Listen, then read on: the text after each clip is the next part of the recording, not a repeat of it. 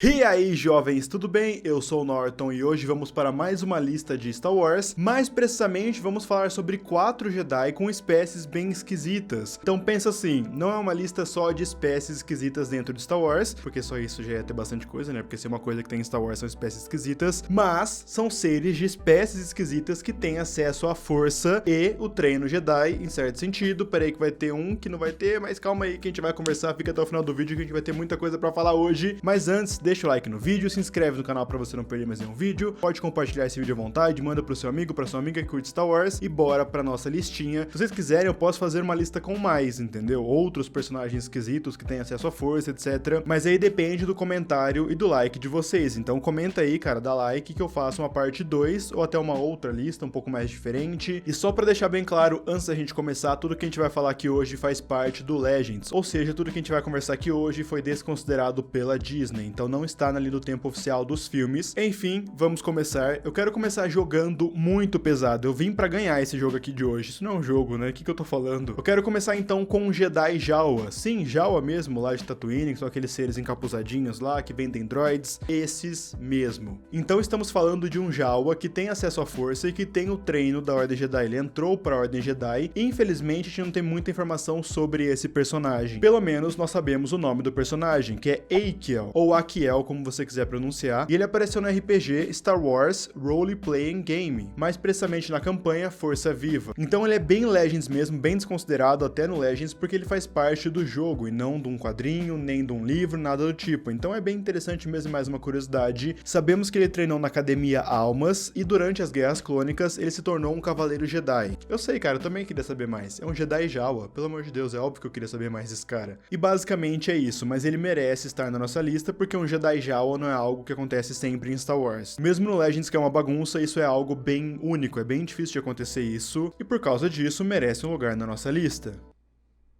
Não merece?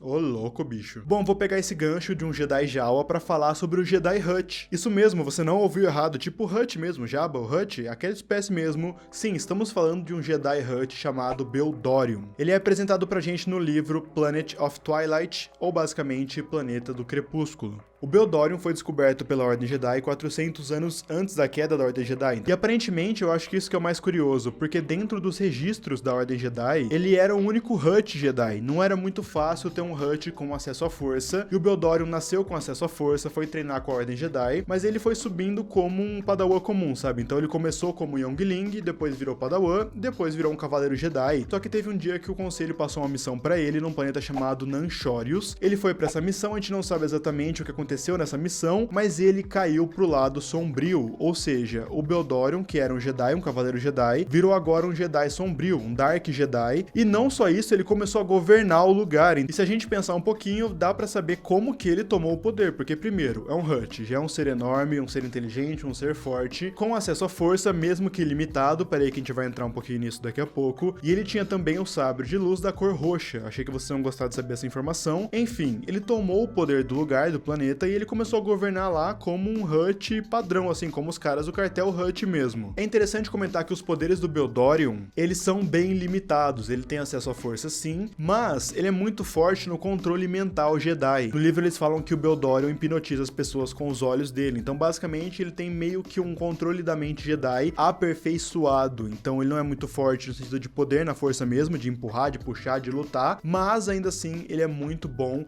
em hipnotizar, em controlar a mente das pessoas. Ele fica um tempo lá governando o planeta, até o momento onde estamos 10 anos depois do retorno de Jedi, então Luke e Leia estão lá com a Nova República, tentando arrumar tudo ainda, tal. O Beldorium sequestra a Leia e ela dá uma surra nele, porque beleza, ele é muito habilidoso, ele é forte, só que ele ficou muito tempo sem treinar, então ele ficou vários anos lá governando e matando todo mundo, só que não tava treinando seus poderes na força, e a Leia é muito forte na força lá no Legends principalmente. Então quando ela chega lá, eles tretam e ela então consegue matá-lo. Então esse é o fim de Beldorium, o Jedi / Dark Jedi Hutt. E eu fiquei pensando nas possibilidades disso, porque um Hutt Jedi já é algo difícil, um Hutt com acesso à força no caso já é algo difícil. Imagina se um Hutt controla controla uma das partes lá do cartel do crime dos Hutts, como Jabba, etc. E ele consegue usar a força ainda. Então o cara conseguiria dominar a galáxia, provavelmente. Ia ser muito difícil não dominar. É que tudo bem, entra no fato do Jabba ser muito inteligente. Então tem essas variáveis também, mas eu acho que de fato isso é bem interessante. Então Jedi Hutt. Louco demais, né? Fala aí. Tem um mestre Jedi que eu acho muito interessante, que é o mestre Oro, lá da Velha República, que basicamente é um ser da espécie Celidian. E essa espécie é bem esquisita porque eles parecem uns cérebros assim com tentáculos, loucura total. E o mestre Oro era muito poderoso e lutou lá durante a Velha República, 5.000 anos antes de Luke Skywalker, antes de Leia, antes da trilogia que a gente conhece. Ou seja, muito tempo mesmo. E é legal porque a espécie do mestre Oro já tem poderes naturais deles, então eles têm poder de telepatia, eles conversam pela troca de pensamento, até porque eles são cérebros gigantes. E agora você pega um Celidian e dá acesso à força para ele, é óbvio que ele é muito poderoso na força, principalmente com poderes assim, psíquicos e tal, e atacar as coisas com a mente. Ah, inclusive o mestre Oro, como que eu pude esquecer disso? Esse mestre Jedi, ele é muito bom na meditação de batalha. Esse poder é bem interessante porque basicamente ele aumenta a moral dos aliados e diminui a moral dos inimigos, então os inimigos ficam mais em choque. E é legal que nos quadrinhos da Velha República a gente sabe um pouco mais sobre a espécie dele, e é bem interessante porque eles são cérebros assim com tentáculos, mas eles não podem respirar oxigênio, eles têm que respirar um gás muito louco. Então o mestre Oro fica preso num cristal, preso entre aspas, né? Ele fica lá dentro de um cristal e ele vai respirando esse gás, ele não pode entrar em contato com o oxigênio.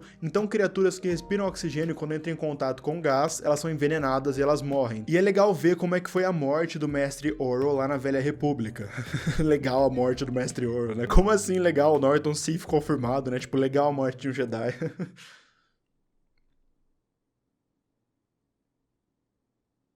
A morte dele é bem impactante, porque foi durante a invasão Sith, comandados pelo Naga Sadow, que a gente já conversou aqui no canal, vou deixar aqui no cardzinho esse vídeo, é bem interessante, a invasão do Naga Sadow, como o Naga Sadow, de certa forma, foi afobado, e isso acabou dando muito ruim pro Sith mesmo, assim, muito ruim mesmo. Basicamente, o Mestre Oro tava lutando contra um exército de Massassi, que são aqueles seres que o Sith controlam, então o Mestre Oro vê que tem muitos deles, ele quebra o cristal, e o gás que ele respira sai matando os Massassi. E como ele entrou em contato com o ar, ele morreu, mas ainda assim ele levou um monte de Massassi com ele. É importante ressaltar que estamos falando de um mestre Jedi, então ele sabe muito bem o que ele estava fazendo, ele entendeu o seu sacrifício, ele foi lá e conseguiu deter os Massassi de certa forma.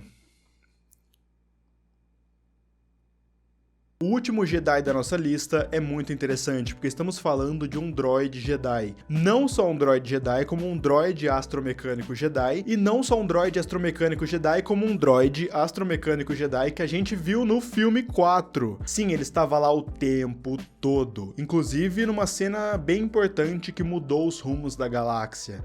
Tan, tan, tan. Tem uma fase de quadrinhos do Legends que são várias mini-histórias dentro do universo de Star Wars, onde eles convidaram vários autores, desenhistas e coloristas famosos. E na edição número 1, que acontece lá em 1999, eles contam pra gente a história do Skip, o droid Jedi. O Skip é um droid R5-D4 que a gente vê lá no começo quando o Luke vai comprar o R2 e o C-3PO lá dos Jawas. Peraí, os Jawas de novo nesse vídeo.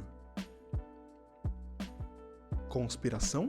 Sabemos pouco sobre a origem desse droid, sabemos apenas que ele estava sendo mantido preso pelo Jabba, e ele conseguiu tirar o seu pino de contenção, aqueles pinos que eles colocam nos droids para os droids não fazerem nada fora da programação. Ele conseguiu tirar o pino dele usando a força, ou seja, um droid com acesso à força. Ele tirou o pino e saiu andando pelo deserto, foi capturado pelos Jawas, e quando ele estava lá sendo transportado, ele teve uma visão da força, e nessa visão ele viu C-3PO, Luke, Leia, Vader, ele viu tudo o que aconteceu no filme. Quando ele foi enfileirado com os outros droids, ele manipulou a mente do Tio Owen usando a força para ser escolhido. E ele pensou o seguinte: se o Luke não levar o R2, se o Luke me levar, o R2 vai ficar aqui, o Império vai conseguir pegar tudo aqui, vai pegar o droid, vai pegar os planos que eles queriam, e o Luke vai ficar em Tatooine, envelhecendo, e não vai conseguir sair para ser o grande herói que vai salvar a galáxia do Império. Na hora que ele foi escolhido pelo Luke, ele causou um defeito nele mesmo pro Luke escolher o R2, que o C-3PO fala para escolher o R2 e tal, e assim o Luke conseguiu salvar a galáxia. Só para deixar bem claro, tudo isso que a gente tá falando sobre o Skip, o droid Jedi, tipo assim, o Legends do Legends, ou seja, é descanonizado até dentro do próprio Legends, assim, é só uma brincadeira, é só uma coisa pra expandir um pouco mais a história, até porque não faz muito sentido porque a força é relacionada com as midichlorians, então as midichlorians entram em seres vivos, estão em seres vivos, e aí quanto maior o número de midichlorians, mais acesso à força. Então um droid não é um ser orgânico, então não teria midichlorians lá, e então não teria acesso à força, sem contar também que estamos falando de um quadrinho de 99, então não sei